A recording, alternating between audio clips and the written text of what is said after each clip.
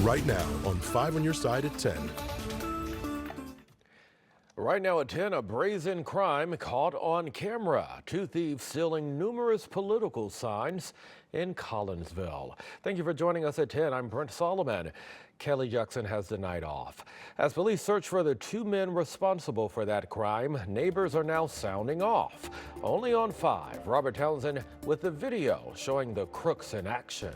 For Tom Matson, it was a startling and infuriating sight to see. They took my sign there first. Then they went down and they took their signs.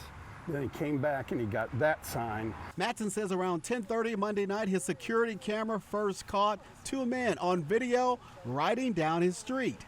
I believe it's a Ford Escort. His camera didn't catch a good look at the male driver's face. The way down, turned around, came back and got that sign.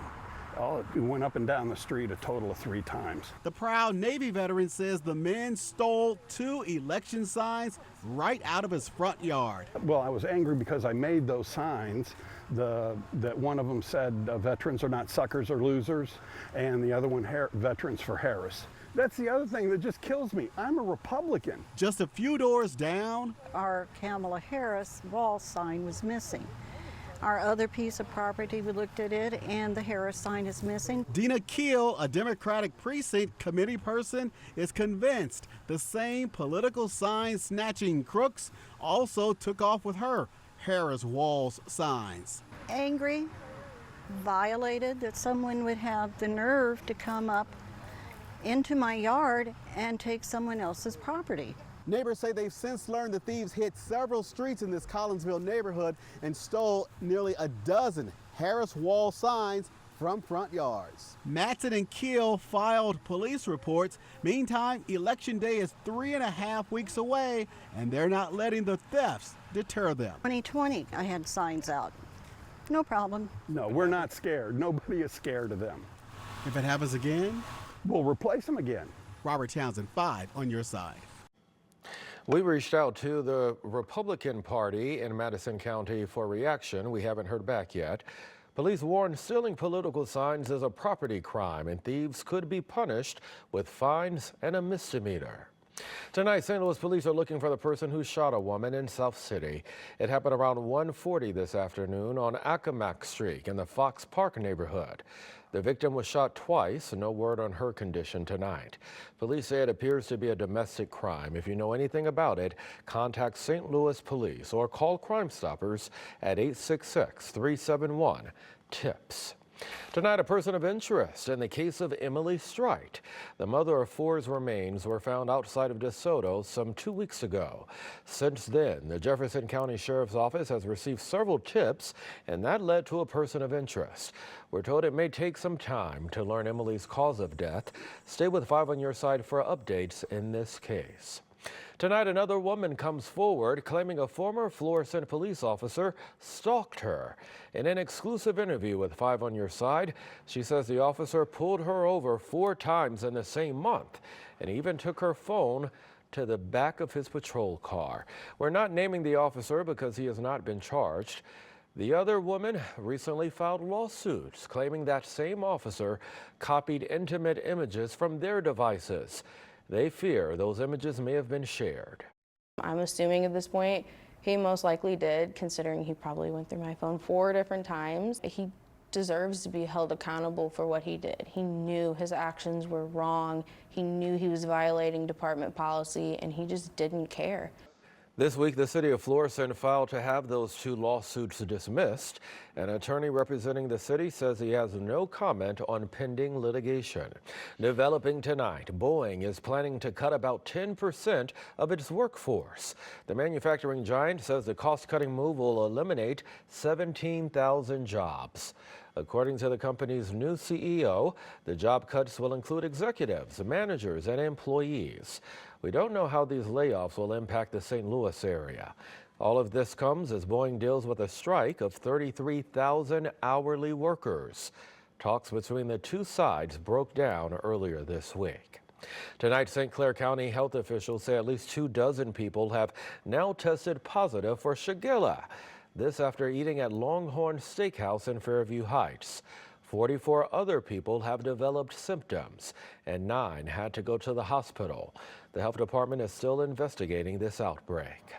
A Maplewood firefighter hurt battling an apartment fire is back home tonight. Today, the department said that Captain Paul Shidlowski suffered a major cardiac event Monday while working in Shrewsbury. He was helping rescue a child and another person from the apartment fire. The department thanks the Afton Fire Protection District and BJ Health Hospital for all of their care during his recovery. Tonight, cleanup and recovery efforts continuing in Florida 2 days after Hurricane Milton devastated that state. The storm brought heavy rain, tornadoes, and cut power to nearly 4 million people. Some of the hardest hit communities are still inaccessible as floodwaters rise to dangerous levels. This looks like a boat ramp. This is an entrance into a neighborhood. There's cars underwater. Some homes are completely underwater. All you see is the apex of the house. At least 17 people died in Florida. There's concern that number may go up as rescuers continue to search. President Biden is monitoring the situation and says he plans to visit Florida Sunday. FEMA is coordinating disaster relief in several states following Hurricanes Helene and Milton. But there are posts going viral right now claiming that the agency is blocking aid and confiscating donations. Tonight, Verify's Brandon Lewis looks into those claims. Viral posts across social accuse FEMA of confiscating supplies and cutting off relief intended to help those affected by the recent hurricanes. Multiple people reached out asking if that's really happening. So let's verify.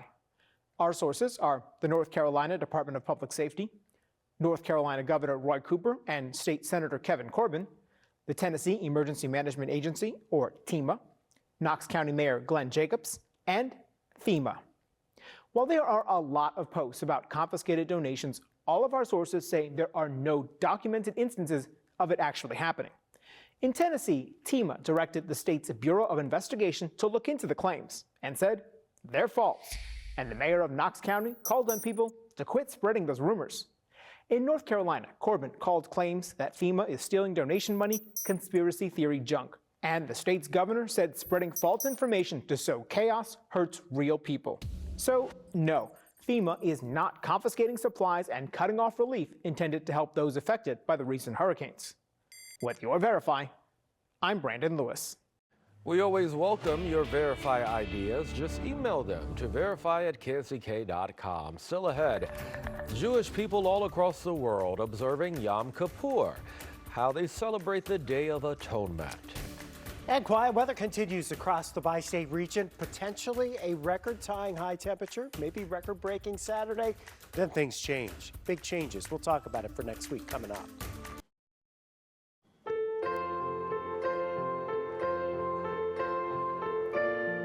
Right now, the Jewish holiday of Yom Kippur is underway. The Day of Atonement started at sundown, and it's known as the holiest day on the Jewish calendar. Jewish people atone for their sins from the past year. Many Jews attend services at a temple or synagogue and fast for the holiday. It's a moment of pause in the hustle and bustle of our lives. It's a gift to be able to take a day to reflect, to look back, but also to look to the future. Yom Kippur ends at sundown tomorrow with a break the fast meal. Well, a rare solar storm brought the aurora borealis to the bi-state last night. Many of you sent your own photos to us showing that celestial event. While we normally don't see the northern lights this far south, a severe solar storm last night made it all possible. It's caused by an eruption on the sun that actually shoots out solar material into space. Chief Meteorologist Scott Connell joining us now with that weather impact forecast. A whole lot of folks took pictures of that one, Scott. Yeah, tonight we're not seeing that. We're basically looking at the sun that was setting this evening, a few clouds trying to drift in. Yes, it was a pretty sunset, and there is something to be looking at in the sky over the next few weeks, really through the end of the month. So we have a comet that is making its way past Earth here, and it's getting pretty close, you know, like 44 million miles or something like that. But right after sunset, especially starting tomorrow and then continuing through the rest of the month, it'll get higher in the sky, but initially you're looking low in the sky. You'll find that tail kind of stretching away from the sun, and that is going to be happening starting really tomorrow, right around and just after sunset, that 30 to 45 minutes after sunset. Tonight, skies are mainly clear. We do see clouds on the increase, though, from the north and west. And yes, tomorrow morning, we're probably going to wake up to some cloud cover across the area. 50s in the outlying areas tonight, low 60s in town. Now, here's the deal. We start with those clouds tomorrow morning. They're going to break up. And once they do, it really gets warm into the upper 80s. The hour-by-hour forecast for Sunday, well, here's the change. The winds are swinging around to the northwest. They get gusty. It won't be as warm on Sunday, but still above average. The reason for the change, here comes a cold front through the region. Starved for moisture, and the better energy is actually to the north, so that's why you see the showers up across the Great Lakes. It delivers much cooler air going into next week, and our concerns are focused on about Wednesday morning. These are our expected early morning temperatures Wednesday, mid-30s to around 40 degrees early Wednesday morning. And with the winds being on the light side here, especially going east and southeast of St. Louis, where the warm-up, you're still right under the center of what we think will be that surface high, that's where you're most likely to have some frost concerns. And so the early morning hours next Wednesday, there is that frost, maybe even a light freeze in some of the coldest spots. So start thinking about what you'd want to cover if you have some sensitive plants out there. This would be right on schedule. Metro St. Louis, the average first frost about the 10th to the 25th, and a little earlier than that for the eastern Ozarks and our rural areas. Next 7 days are still dry. You will have a chance during the evening hours to see that comet, especially tomorrow evening and again on Sunday evening when skies should be mainly clear. It'll be a brisk breeze, though, as we work our way into Sunday, and that breeze continues on Monday.